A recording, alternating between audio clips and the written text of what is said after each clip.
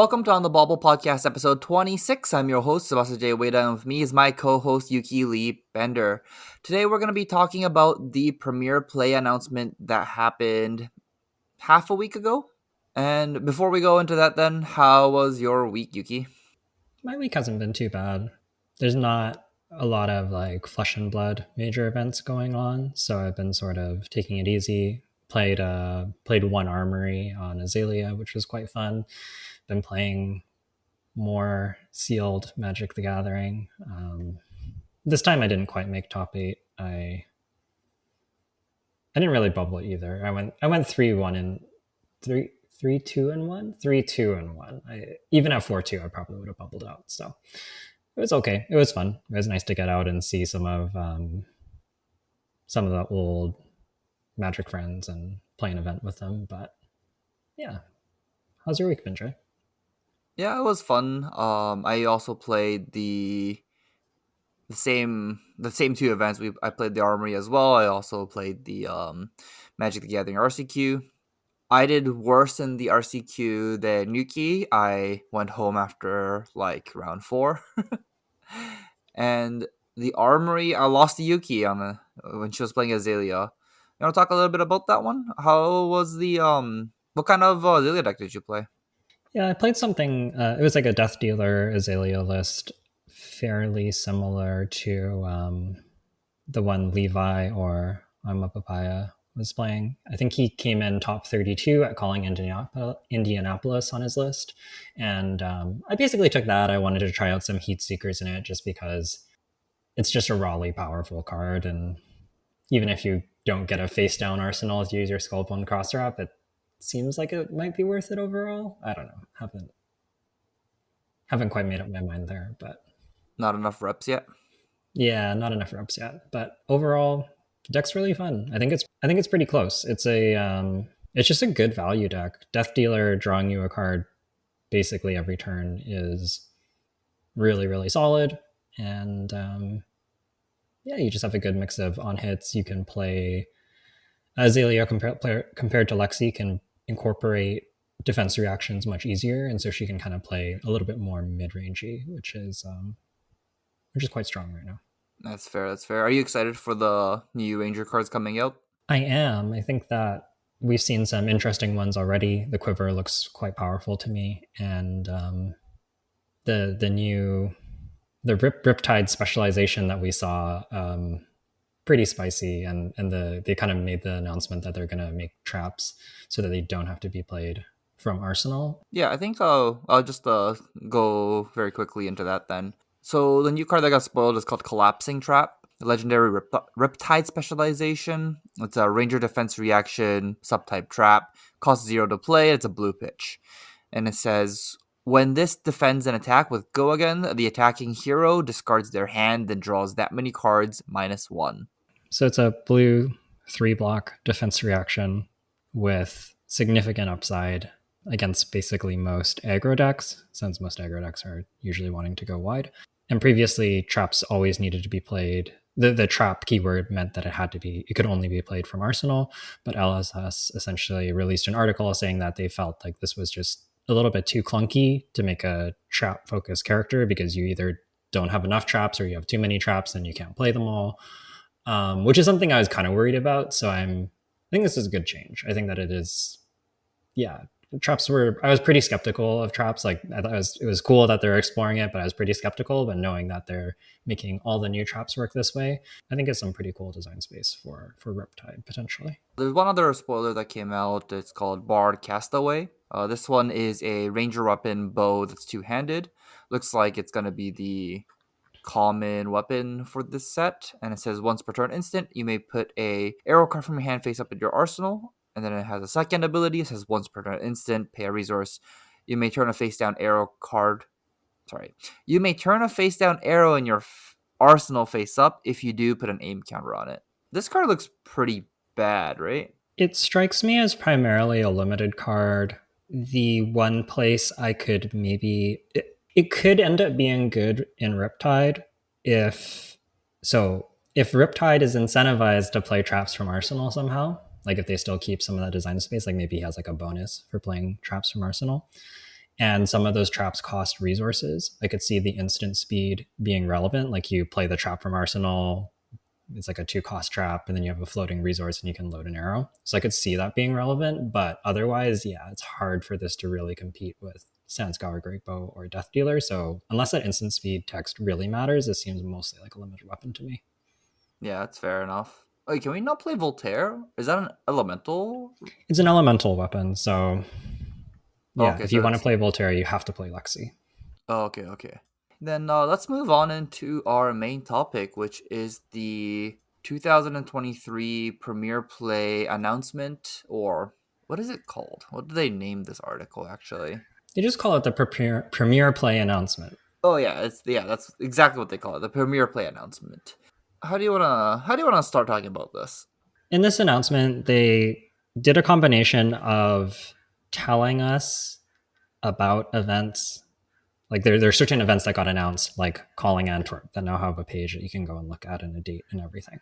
They also kind of gave us, I guess, a bit of a roadmap for each region of what players can expect, at least in terms of calling Pro Tour, Worlds, etc. So we kind of have an idea of like the number of events and maybe like which quarter they're in.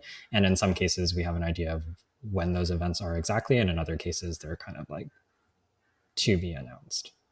Um, but I think having a roadmap is like a pretty solid change. I know a lot of people were not too happy with that, and now we do have a pretty decent overview.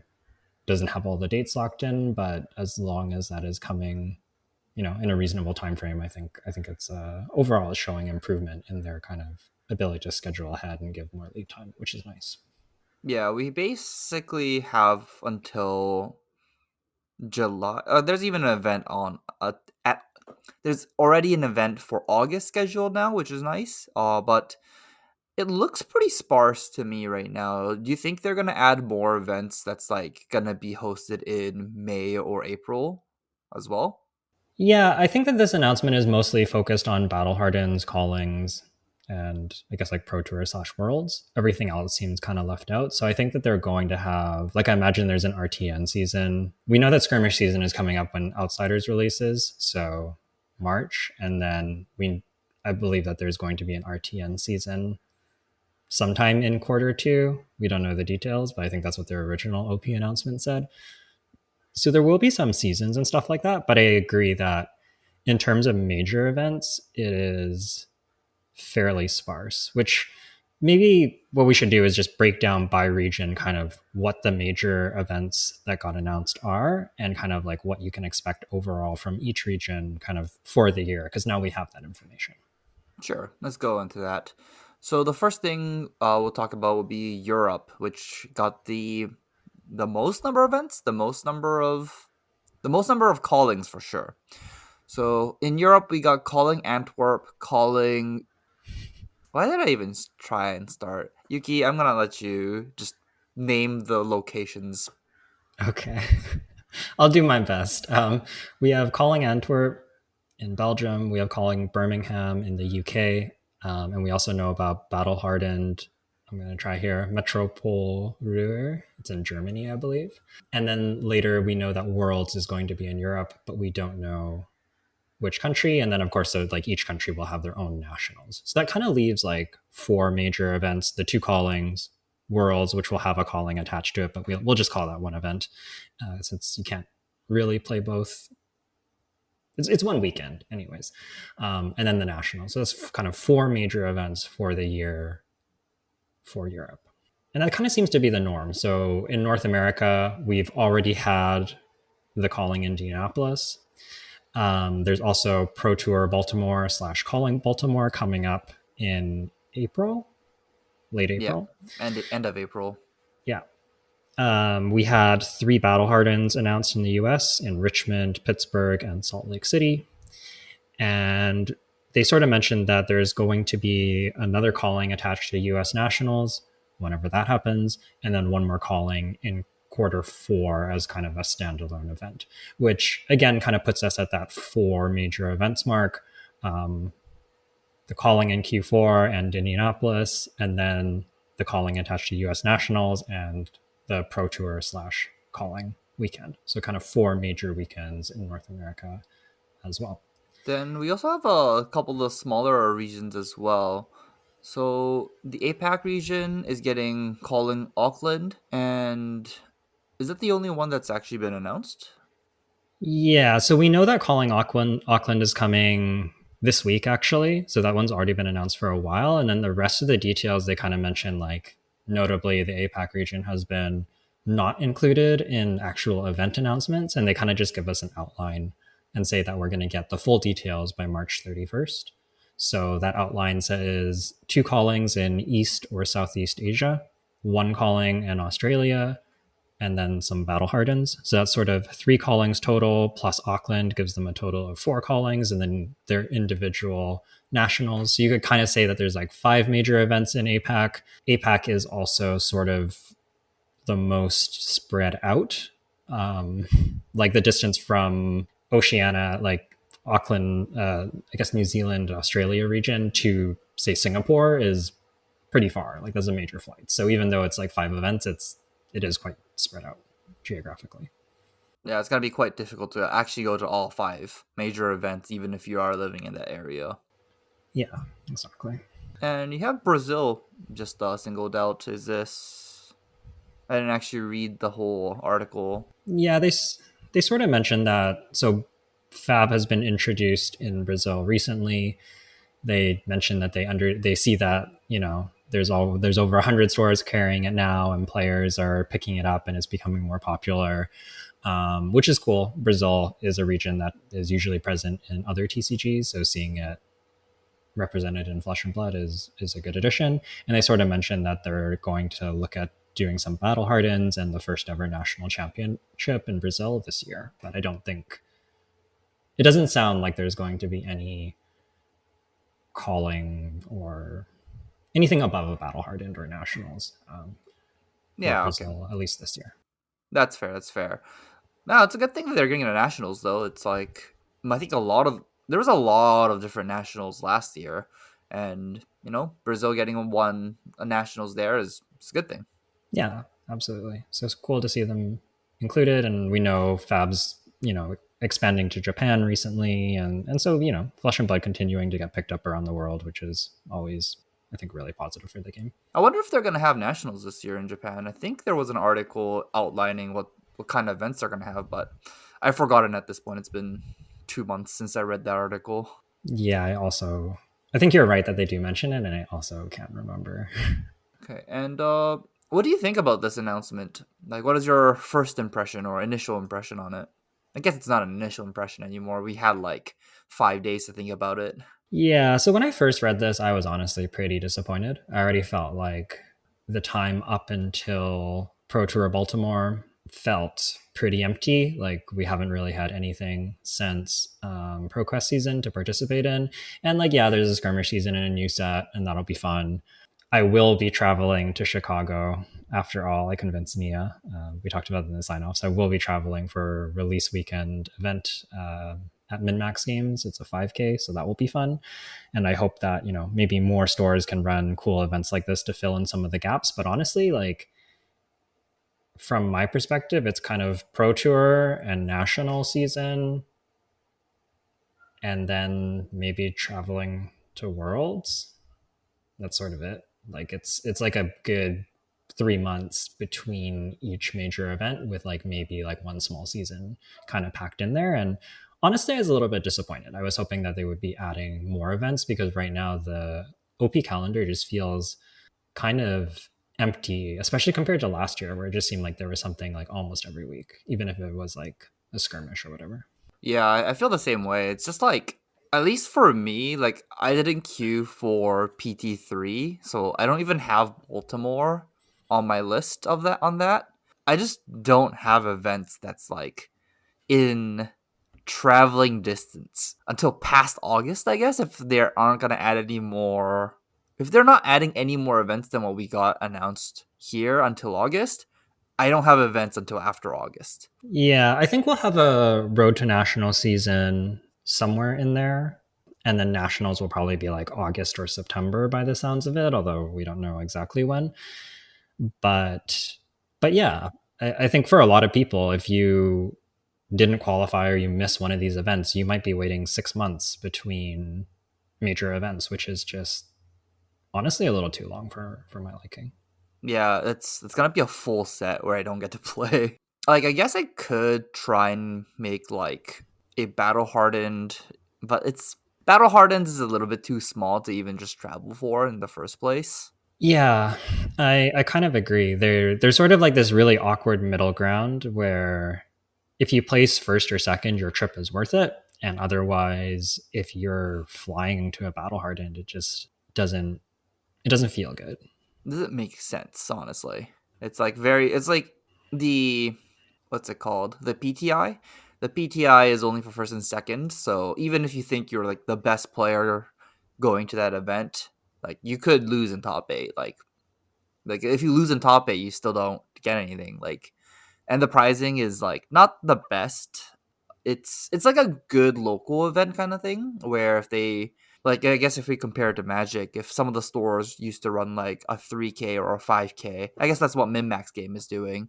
It's Yep. like the price pool is very similar to that, so it's pretty underwhelming to like actually fly out for it.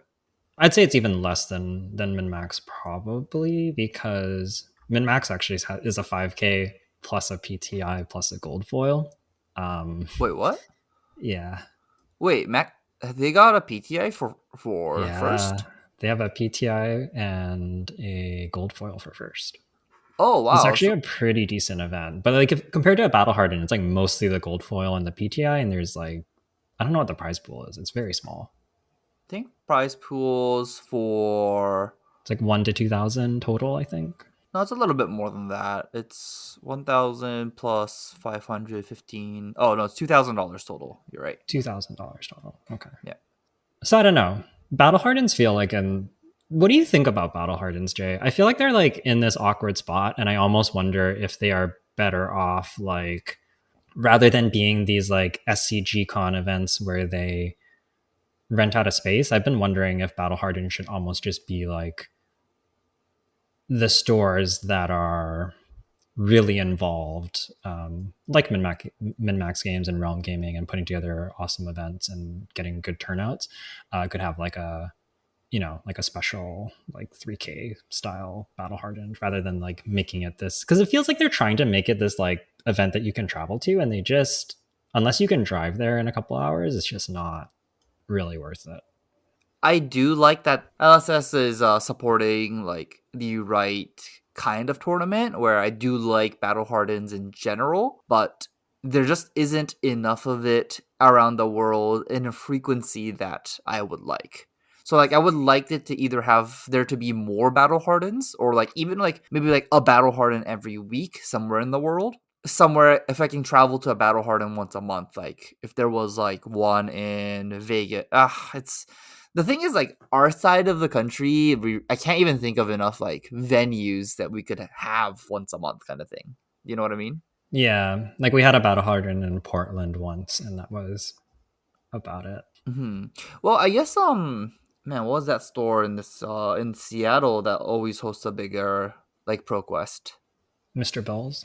Mr. Bills, yeah, we could have like if Mr. Bills hosted like a battle harden, that would probably make a little bit of sense. Yeah, I think that would almost be cooler. And I wonder, I guess I don't know like what the costs to them are for like running that versus having it like at an SCG con or, at this event hall. I don't know like what the trade offs are there, but I wonder if it's something to look at because the battle hardens feel like there's like these resources being put in and it's great for the people that live there, but it's sort of, it's like a little bit awkward.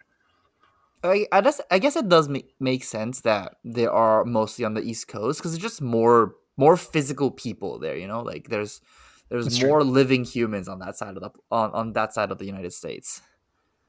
Yeah, fair enough. Fair enough. So the attendance is naturally larger, and we're not gonna get that large of an attendance in let's say Portland. Yeah, that's true. I think last Battle Hard in Portland was like 80 players, 70 players, something like that. Hmm. It was decent, but it wasn't amazing.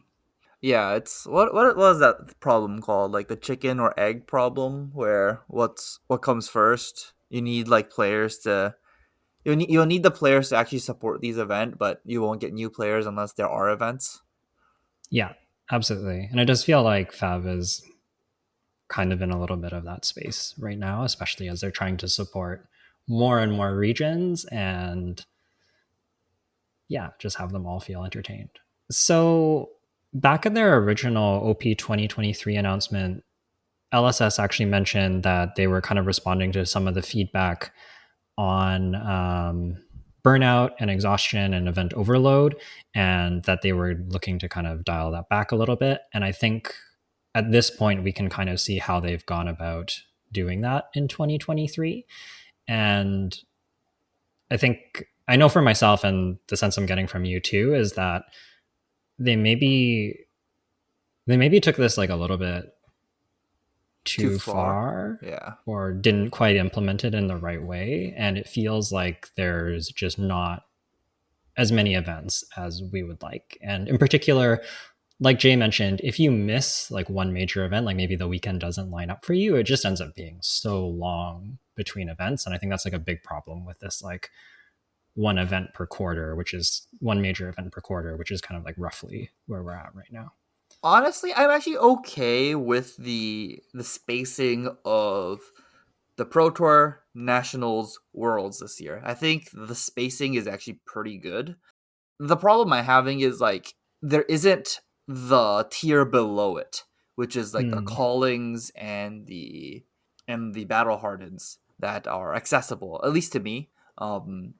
It might be a little bit different for some people, but I guess like compared to last year, Europe is getting a significant amount more events, which is I think if I was living in Europe, I'll be pretty happy with this announcement. Yeah.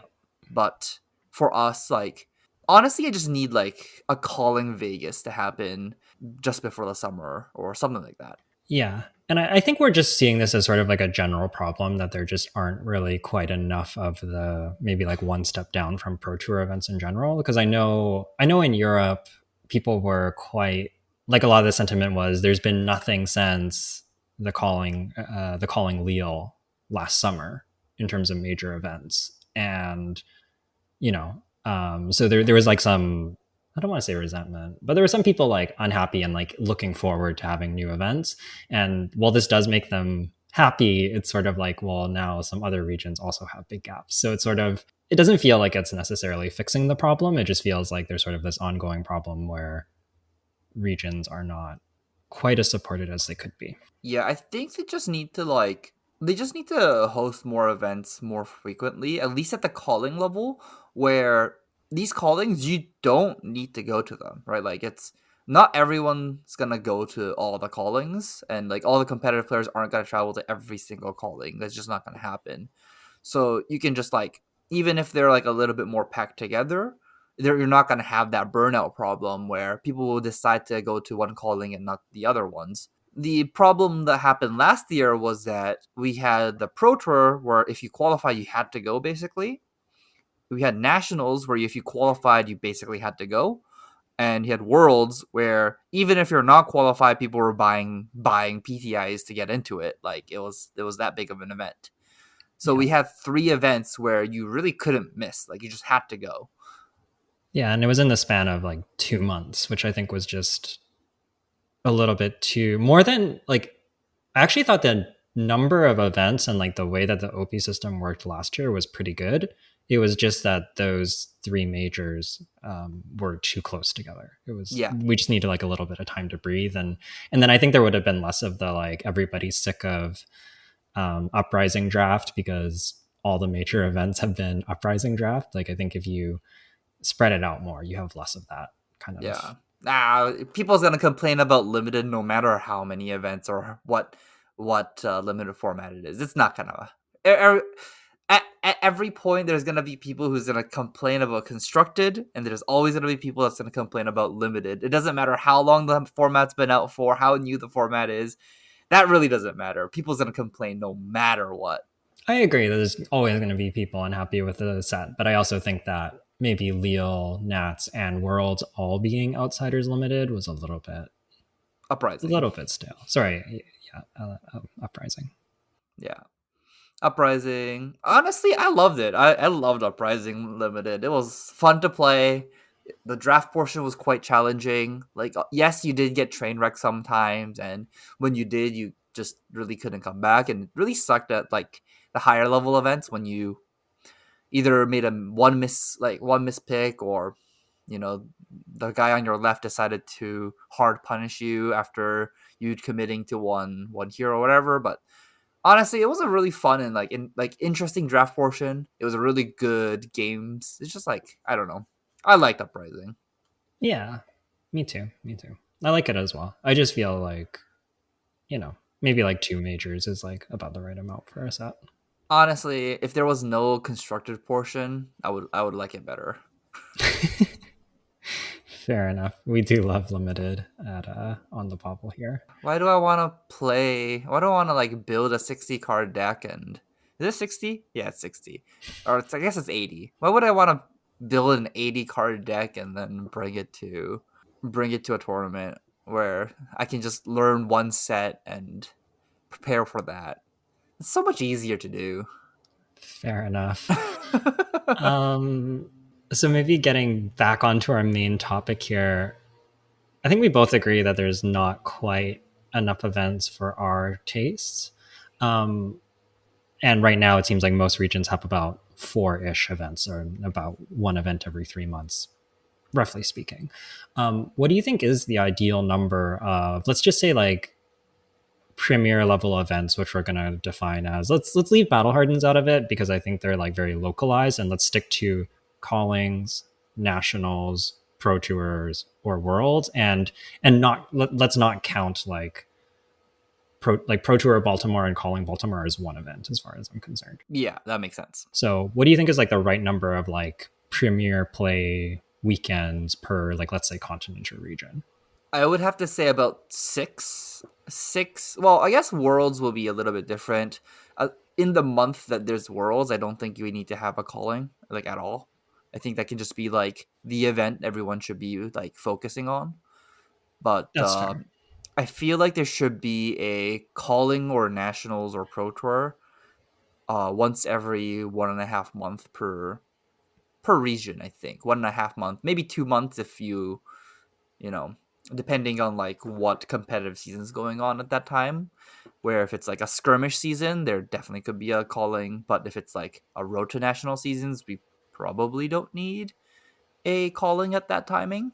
But somewhere about once every 2 months, so six per year would be nice. I think I agree with that. I think about once every 2 months seems like the right spot. And then, again, if you miss an event, then you're looking at about 4 months between events, which is just like a lot. You feel a little more engaged than when it's like the full 6 months and you might just miss an entire set. Yeah, being able to play an event during that set feels really good. Like when a new set comes out, you're excited for the set. You have some improvements you can make to your deck or build a brand new deck. And if you don't have like a place to like really try that deck out, it feels pretty bad. Like outside of your local armory or like a skirmish, whatever. I think another thing that's potentially missing here is, like, I don't want to say the skirmishes aren't successful. I think that they're like a really cool event and I like that they have them and I definitely want them to continue. But sometimes I think the skirmishes can kind of like fall flat where you just like have this self-contained skirmish and people like show up, but they're not like super excited or invested in it. Like they're not like testing further skirmishes.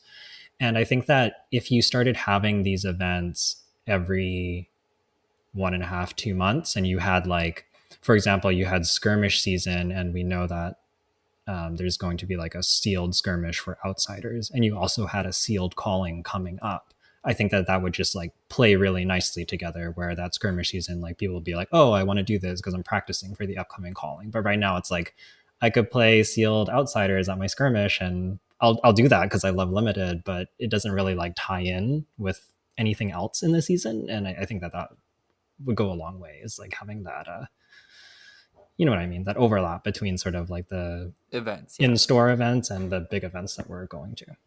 That's just hard to do though. Like even other games can't do that because like if you were trying to do or organize some format to bigger event thing, then it somewhat isolates like some of the other players that like other formats. So it's actually I think I don't agree with that. I'd rather have more different formats per for like the smaller events and Okay. then have like a different event at the bigger event just because like every card game like there's gonna be a format people like where like I like draft more than other people.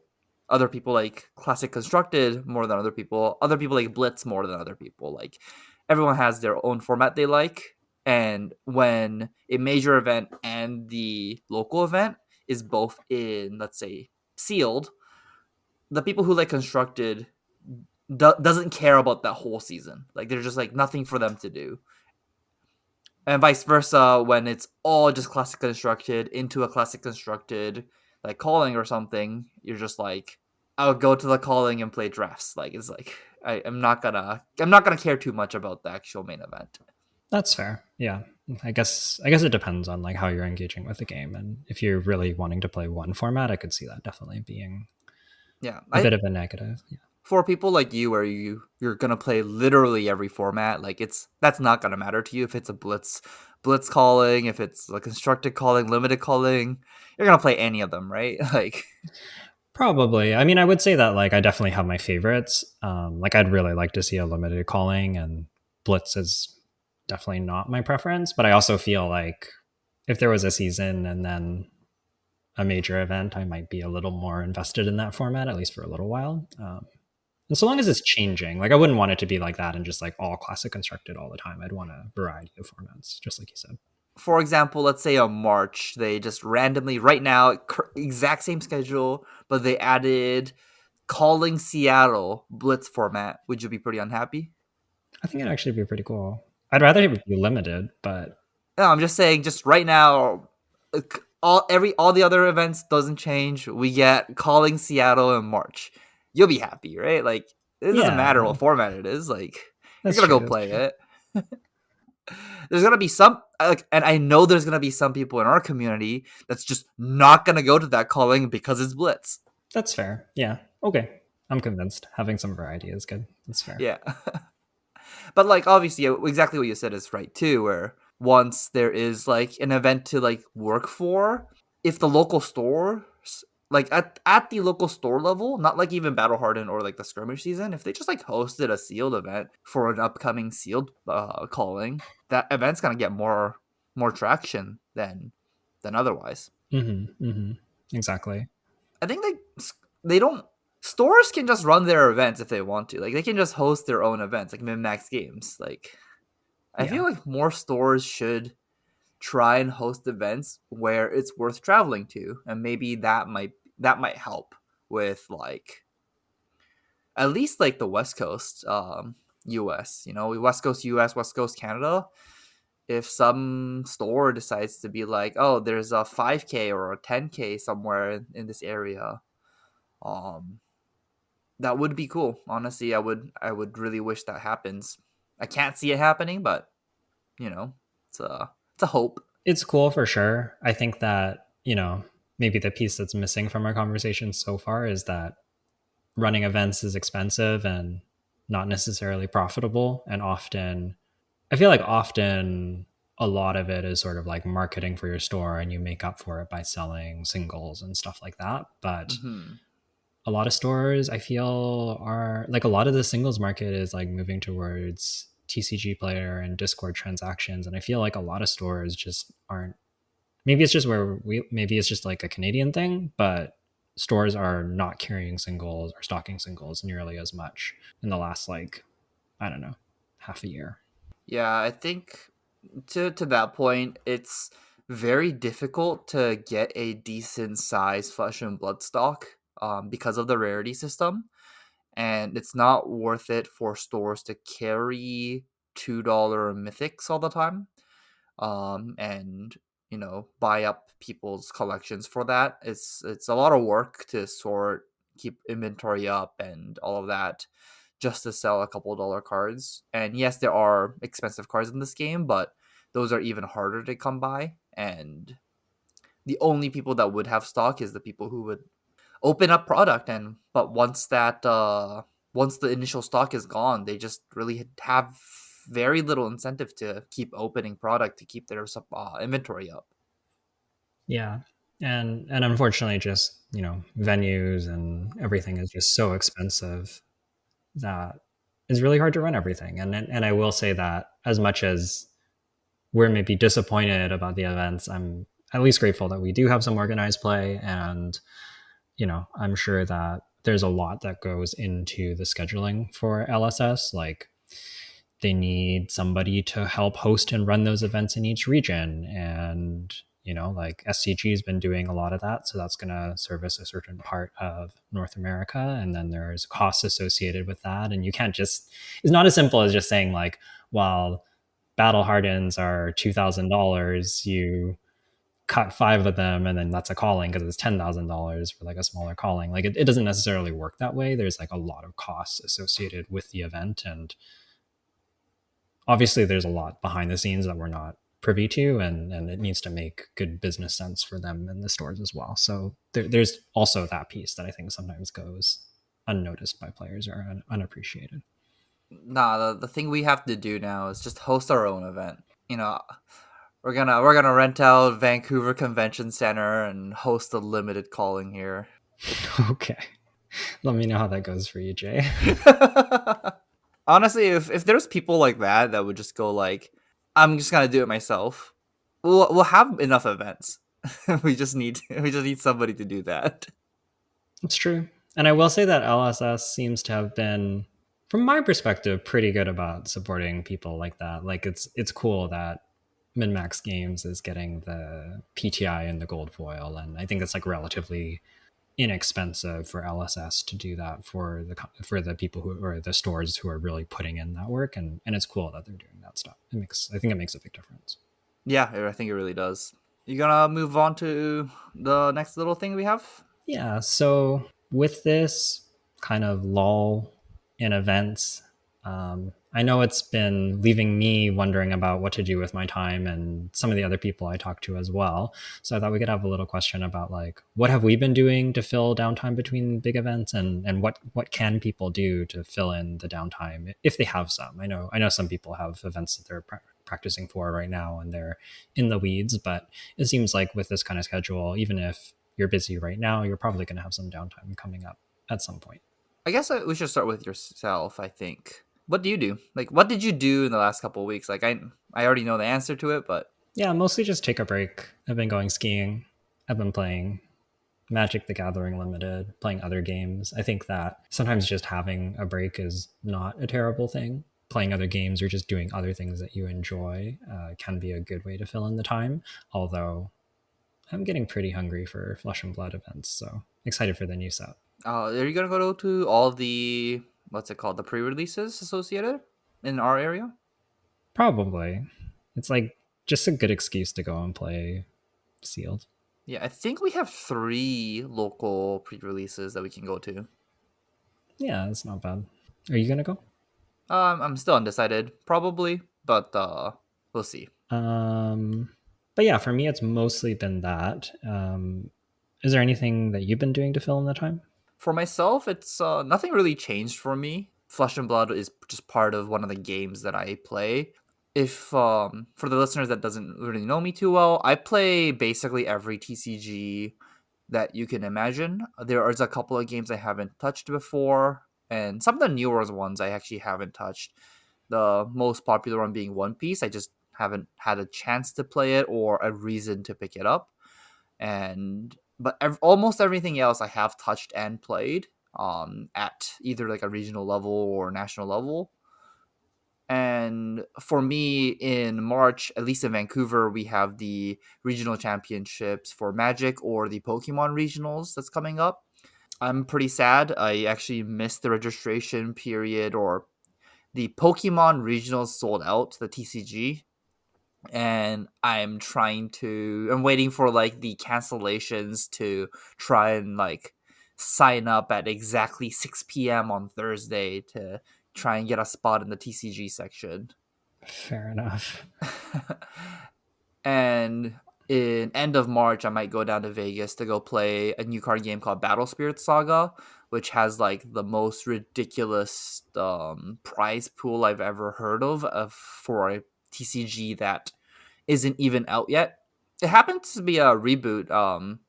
Battle Spirits was a game before, and it looks like they're just rebooting the game. Yeah. And then in April, I'm not decided yet, but there's a couple of poker tournaments gonna happen. I think most people know what the World Series of Poker is. That ends up starting up in May-ish to mid-August, mid-July, I think. So my those months are gonna be mainly doing that. So like I have other things I will be doing. It's just that Flesh and Blood, I have no reason to be playing Flesh and Blood until probably after August. So, do you want to talk about what people could be doing? Like maybe people are keen to play Flesh and Blood, or they don't, they're not really interested in picking up another card game. What are some good things that people can be doing in their downtime, like when there's, no new set out, no major event to prepare for? What could you be doing if you're looking to improve? Well, the easiest thing to do is to learn a new deck, right? What's the best way of saying this? The best way to learn how to play against the deck is to play the deck. So even if it's a deck, like if you are having troubles beating a deck, you should try playing it into the matchup that you want to play. And honestly, if you are just practicing, just, play it on Talishar, print out the deck and play it against a friend. Like it's the best way to improve. Yeah. Yeah, it's honestly better than playing your own deck. Yeah. I think playing your deck has a lot of, you get a lot of benefit out of it early on when you start picking up a new deck and you're practicing it. But the more that you play that deck, the fewer like lessons and returns that you get from that time playing it relative to the time that you're spending. So I think at a certain point, like Jay said, you're much better off playing other decks and like learning the matchup from another perspective. And in particular, paying attention to things like, when the opponent does this against me, I absolutely hate it and it's really, really bad for me. Maybe I should try and enact that gameplay pattern, or that, whatever it is that they're doing that's making the game difficult for you. You should try enacting that in your own gameplay from the other side. And one thing that you will notice when you start playing other decks, which is true in almost every single TCG, is you will stop, or it'll be difficult for you to lose to the deck you used to main. Mm-hmm.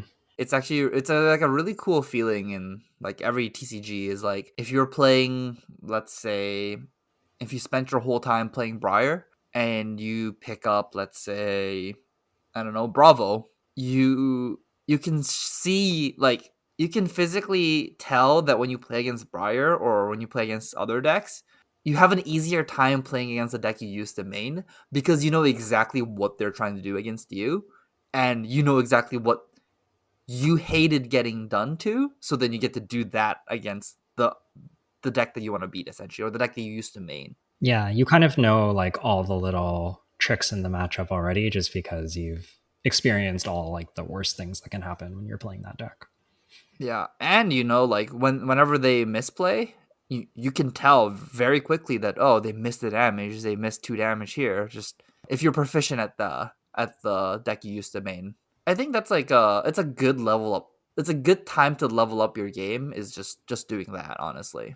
Another thing that you can do in a lot of sets, but I think Outsiders especially, because we already know all the heroes and Outsiders and their classes, and a lot of the heroes are returning, like Arachne, Katsu, and Azalea are actually already in the game. And if you're interested in building, I think, any of those heroes, just picking it up and learning it, or like in my case, I've been playing Azalea again, and Azalea was the first class I've ever played, the first deck I ever played a lot. It was the first deck I bought. So I've played a ton of Azalea, but I played it in the Crucible of War metagame. So just kind of like familiarizing myself with the new cards and how they fit into the strategy and how the deck has evolved since I last played it kind of sets me up to be in a good spot to then work on that deck and start incorporating all the new cards. So I think that, if you're excited about, even if you're excited about, I don't know, Riptide, you could pick up a Ranger and start trying it, and it will have some benefit. Or you could pick up Arachne if you wanted to play Uzuri, and I think it would give you a good starting place when we get to spoilers. Yeah, I'm pretty excited for the spoilers, honestly. I just want Uzuri to have an ability. Yeah, my statement ends there. I want Uzuri to have an ability. Are you trying to say Arachne doesn't have an ability?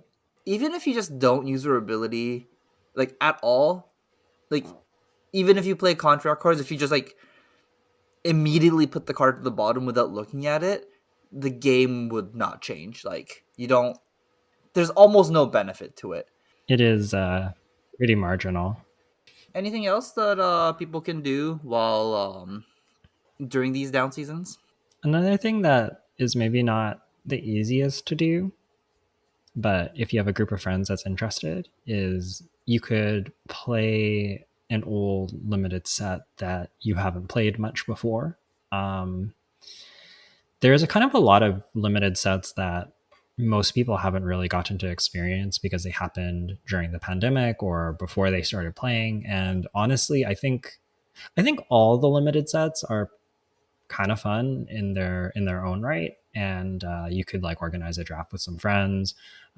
You could even play sealed deck with some friends if you wanted to. So I think sometimes revisiting those old sets can be really, really fun. And it can be hard to get these organized, but I think in my experience, usually if you say, I want to make this happen, and you give people like a 2 or 3 weeks notice and you say, we're doing it on this day, who can sign up? And if you have like a local community Discord or you invite people at your armory, you can probably get people to come. Yeah, happens a lot in Vancouver. I know there's like the guys typically do like a draft every weekend. I think Infinity doesn't do it or something like that, or once a month or something like that.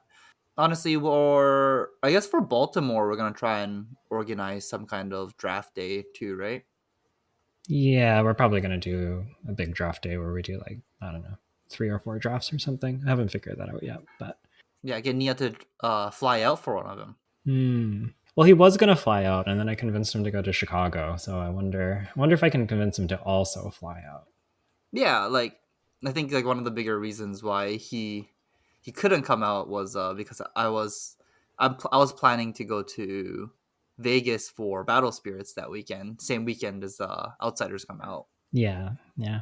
So maybe we can make that happen. If listeners are wanting to play an older limited set, which ones are your favorites? Like, which ones would you recommend personally? I think my favorite is Arc Draft. Arc just has like the most unique heroes, I think, where they all do very different things and they're all cool. Like Kano, like the way you want to draft Kano is very different from the way you want to draft Dash, and Dash is very different from the way you want to draft Azalea, and Azalea is very different from what you want to do with like Viscerai. So, but like Azalea and Kano is like somewhat similar on the cards you want. Dash and Viscerai sometimes want the same kind of cards. Like they all also just share some kind of common trait. So it's actually pretty cool where like trying to figure out what cards are getting picked and what deck is open is pretty interesting, and the generics are just good enough that like you can pick up to stay open long enough to really pivot and decide what hero you want to go into. Yeah, the way it ends up working is a lot of the generics will be like pretty good in maybe like two of the decks. Like Come to Fight is it's like the 1 cost +3 go again non-attack action that fits in really nicely with Viscerai because he wants non-attacks and attacks, but it also works well in Azalea because you can pump up your arrow, and like most of the cards in that set kind of fit really cleanly into like two of the decks, and so you end up having all this overlap, kind of like Tails with the elements in a sense, I guess. Honestly, Cup to Fight's good in all four decks because it blocks for three. That's fair. If it's like a blue one or something, it's pretty good. Yeah. Yeah. What's your favorite set? I think if I was going to recommend a set to people, maybe recommend Monarch. I think that Monarch is a pretty fun limited format that I feel like a lot of people haven't played. And one of the things I like about Monarch is it kind of teaches you to figure out how you're going to win the game. I feel like that's really emphasized in Monarch more than a lot of other sets. Like Prism doesn't need to worry about this so much because she can just sort of like play Herald and hit people with her Iris, and that's kind of good enough. But Levia, like you need a way to, get some extra actions or do like a big dominate, or like you're kind of like setting up this very specific end game that you execute again and again. Chain, you're like trying to pitch stack this end game so that you don't get fatigued. And then Bolton, honestly, I'm pretty bad at drafting Bolton, but I know that you can do like via the Vanguard, Gallantry Gold shenanigans and have some pretty strong turns. So I think that, yeah, it teaches you something about Flesh and Blood that's pretty fundamental and pretty valuable. I think my favorite Monarch draft is the Monarch draft where Yuki is, I think at end of pack 2, Yuki's just like, I have a busted Bolton deck. I'm going to go 3-0 with it. I'm going to show you how Bolton is playable. And then I think the whole table was a little bit skeptical cuz um at that time Bolton was like, I don't think anyone in our local community got to 3-0 with Bolton. And I think you lost round 1. And then you're just like, oh, never mind. This deck's like, okay. And then you lost round 2. And then you're like, okay, Bolton bad. To be fair, I don't think Bolton is truly bad. Like Yeah, I don't think so I've gotten either. destroyed. I've gotten destroyed by like honestly both Erics playing Bolton. So the deck can be good. I'm just not good at drafting it. Yeah. The best part, I think, was like, oh, wow, your deck is good. How many V of the Vanguards do you have? And you had 0? Yeah. And then I think both Erics were just like, what? It's just like the genuine question mark in their face. I mean, I know that that card's good in Bolton. I just feel like I felt like I had like all these take flights. I had the Bolt of Courage. Is that what the card's called? Yeah, I think so. I had a bunch of Bolt of Courages and like ways to pump it so that, and like the Courage of Blade Hold so that I could like give it +3 and give it go again and draw a card, but Look, you the just said deck it just wasn't good yourself. enough. You just said it yourself. You need a way to win. That's not a way to win. Those are just good cards. The V of the Vanguard, that's the way to win. Anyways, I think that old limited sets are a great way to go if you have some downtime and you're looking for something fun to do. And I think that one of the really cool things about limited is that the skills that you learn in limited transfer really, really well just to any format that you play, because it's often just kind of like the most fundamental gameplay, like card evaluation and having a good resource curve and having a game plan in your deck and managing the threats in your deck and pitch stacking. Like you just kind of like learn all the fundamentals of Flesh and Blood by playing limited. And usually each limited set has like a little bit of a different thing to teach you. Yeah, I think I agree with that. Yeah, and if you are honestly, if you're just like beginning to play draft, or like it's gonna be your first draft ever, maybe WTR might be the best one to like start off with. Honestly. Yeah, that's a fair point. I do think that Arcane Rising and Monarch, while they're both, I think we like them because they're like kind of intricate and there's like quite a bit of interesting decisions in them, but they are more complicated. And if you're pretty new to draft, you might find a set like WTR a little bit more easy to pick up and easy to learn. Yeah, Uprising and WTR is my recommendations for your first draft. Uprising, don't even think about it. Pick a hero you want to play, force it. You will have a functional deck, somewhat, no matter what. And Yeah. WTR is very similar, except just my recommendation on that one is pick up generics. Generics are very good in it, and the cards you've seen before are probably very powerful. Yeah, if you know that people play that card in Classic Constructed, probably a good card. Pummel's broken. Razor Reflex is broken. It's wild. There's so many good cards in WTR. When you go through, you're just like, all of these cards see play. Like almost all of them are relevant cards. A lot of the commons still see play. Wounded Bull is a good card. Yeah, the generics and the class cards, they're just all really good. Hmm. It's actually cool to see that like a card, or sorry, a cards that came out maybe 2-3 years ago. It's 3 years ago now. Is still seeing, constructive play. It's just like a good feeling. Honestly, it's a good feeling. Anything else here to wrap up our Premier Play off-season discussion?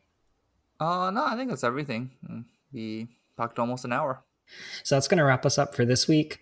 Let us know what you think down in the comments below. If there are things that you like doing in your off season, if you have a favorite limited set that you think other people would enjoy, or if there's another game that you are excited about to fill in the time, we'd love to hear about any of that and more in the comments down below. If you want to get in touch with us, you can also do so on Twitter. I'm at YukiLeeBender on Twitter, and Jay is at UedaJ. Or you can email us at onthebauble@gmail.com and send your questions directly there. If you have any questions or feedback, we really appreciate it. Any way you want to engage with the show really helps us know how to make content that's interesting for you. So on that note, we're going to end off here. Good luck playing at your local armories, and I hope that Outsiders bring some new sweet cards for all of us to enjoy in a new fun limited format that we can all play together and learn together.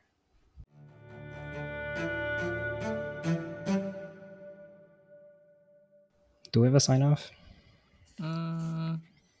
Spoiler card? I don't know how much we can talk about the spoiler card. That we have one? It's true. Okay. We've never. I don't think anyone knows outside of like That's true. what my roommate. That's that true. we have a Okay. spoiler card. So yeah, we do have a spoiler card. I have not received the physical card yet. I imagine that the hurricane in New Zealand is probably making it harder for that card to get here. But I do know what the card is, and I think it's a fun one. I think it's pretty cool. I think you can do some. I've gone on a total roller coaster with this card. I thought it was busted. I thought it was terrible, and now I think it's just like pretty solid. But I'm excited to share it with everyone. I know when you first showed it to me, you were really excited, and I was reading this card while you were typing out how excited you were. I was like, "Is this that good that you're talking about it?" I feel like you're misreading this card, and I have a feeling you did misread this card, right? I don't think I misread the card. I just thought it would be more powerful than it was. And then then I like went through all the scenarios with the card. I'm like, okay, maybe it's not as busted as I thought. But then after I thought about it more, I still think it's pretty solid. So Yeah, this card is like good. This card is definitely good. I it just will like, see play in at least one deck. I'm fairly confident. yeah, it definitely will. So yeah, we will. I don't know how much we're gonna talk about. I don't think we're gonna talk about it too much here, but we will have a video on YouTube. It's mostly gonna be a short, right? Yeah, it's going to be a YouTube short on March 5th. And so keep your eyes out for that. We'll post when it's up, and we'll probably have the, what do you call it? The You'll be able to see when the premiere is launching on YouTube. You'll have that like little preview available. We'll get that up in the next little while for you, so Yeah. you'll know that Honestly, it's I could coming. start making the. I should start just making like a, what is it called, a thumbnail. Yeah, Yeah, I can do that. I made one last time. I think people like that one. I should start doing that. Okay, I think that's about it. yeah. Thanks for listening. Have a good evening. Yeah, good night, everyone.